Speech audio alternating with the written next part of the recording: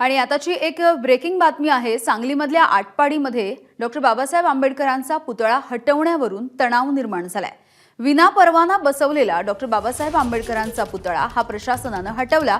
मात्र आंबेडकरवादी अनुयायी हे त्या ठिकाणी ठाण मांडून बसलेत आणि पोलीस बंदोबस्त सुद्धा तैनात करण्यात आलाय। तर सांगलीमधल्या आटपाडीमधली ही घटना आहे।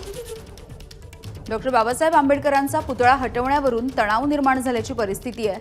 खरं तर विना परवाना हा पुतळा बसवण्यात आला असं प्रशासनाने म्हटलंय आणि हा पुतळा प्रशासनाने हटवलेला आहे। मात्र आंबेडकरी अनुयायी जे आहेत ते या ठिकाणी आता ठाण मांडून बसलेले आहेत आणि पोलीस बंदोबस्त सुद्धा या ठिकाणी तैनात करण्यात आलेला आहे।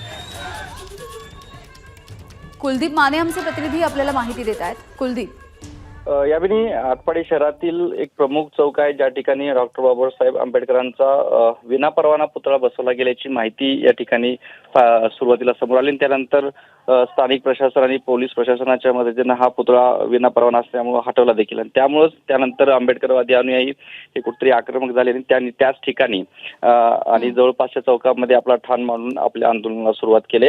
अनेक वर्षापासून ही पुतळा बसवण्याची मागणी होती असे देखील प्राथमिक माहिती समोर येते। मात्र या पुतळा बसवण्याचा विलंब होत असल्यामुळे आंबेडकरवादी यांनी हा अचानक पुतळा बसवला का विना परवाना आणि त्यामुळे हा सगळा तणावाचा प्रश्न उपस्थित झाला। काय मग या निमित्तानं या ठिकाणी अशा पद्धतीने पुतळे बसवण्याची अनेक घटना जिल्ह्यामध्ये सातत्याने घडत आहेत आणि त्यातून तणावाची परिस्थिती देखील समोर येताना आपल्याला वारंवार दिसून येते। अगदी धन्यवाद कुलदीप या अपडेटसाठी। एबीपी माझा, उघडा डोळे बघा नीट।